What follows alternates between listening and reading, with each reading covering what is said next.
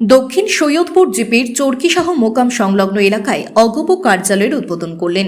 কংগ্রেস দল ত্যাগ করে অগপতে যোগদান করা সোনাই ব্লক কংগ্রেসের প্রাক্তন সভাপতি আক্তার হোসেন বড়ভূইয়া সহ বাঁশকান্দি ব্লক আঞ্চলিক পঞ্চায়েত সভাপতির প্রতিনিধি শামসুল ইসলাম বড়ভূইয়া বুধবার রাতে প্রচুর দলীয় কর্মী সমর্থকদের উপস্থিতিতে নির্বাচনী কার্যালয়ের উদ্বোধন করেন তারা। উদ্বোধন করে বক্তব্য রাখতে গিয়ে শামসুল ইসলাম বড়ভূইয়া নম্র ভদ্র এবং কাজের মানুষ হিসেবে অগপ প্রার্থী করিমউদ্দিন বড়ভূইয়াকে ভোট দিয়ে পুনরায় জয়যুক্ত করার আহ্বান জানান। কংগ্রেস প্রার্থী আমিনুল হক লস্করের বিরুদ্ধে নানা সাম্প্রদায়িক মন্তব্য করার অভিযোগ এনে কড়া সমালোচনা করেন তিনি।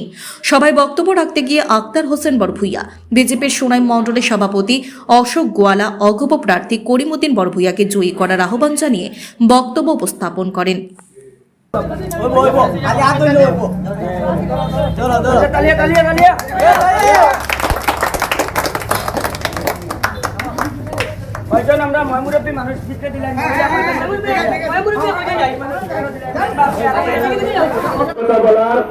তাহলে আমি সংক্ষিপ্তভাবে দুই চারটি কথা বলবো।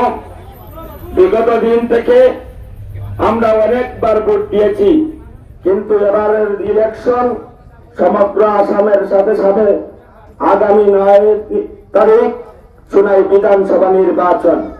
আর উক্ত নির্বাচনে আমাদের প্রার্থী হিসাবে বর্তমানে অসম গণ পরিষদ দলের মনোনীত প্রার্থী আলহাজ করিমউদ্দিন বড়ভূইয়া মহাশয় এবং কংগ্রেসের মনোনীত আরো একজন প্রার্থী আছে।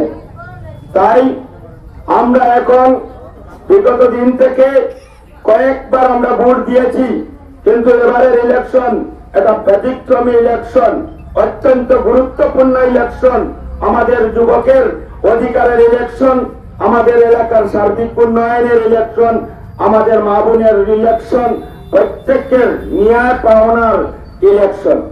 আমরা জানি 2016 থেকে 2021 পর্যন্ত যিনি আজকের দিনে কংগ্রেস মনোনীত প্রার্থী হয়েছেন, উনি বিগত দিনে এনডিএ দলের বিজেপির মনোনীত প্রার্থী হিসাবে 2016 থেকে 21 পর্যন্ত বিধায়ক ছিলেন এবং উনি বিধায়ক নির্বাচিত হওয়ার পর আসাম বিধানসভার উপাধ্যক্ষ হয়। ব্যক্তিগতটা আজকে সোনাই সমস্ত বিভিন্ন জায়গায় গিয়ে উনি যে বক্তব্য দিচ্ছেন, আর আপনারা আগর বক্তব্য দেখবেন দিন এবং রাত টাইম খাল পরিবর্তন করছেন না, জার্সি পরিবর্তন করছেন।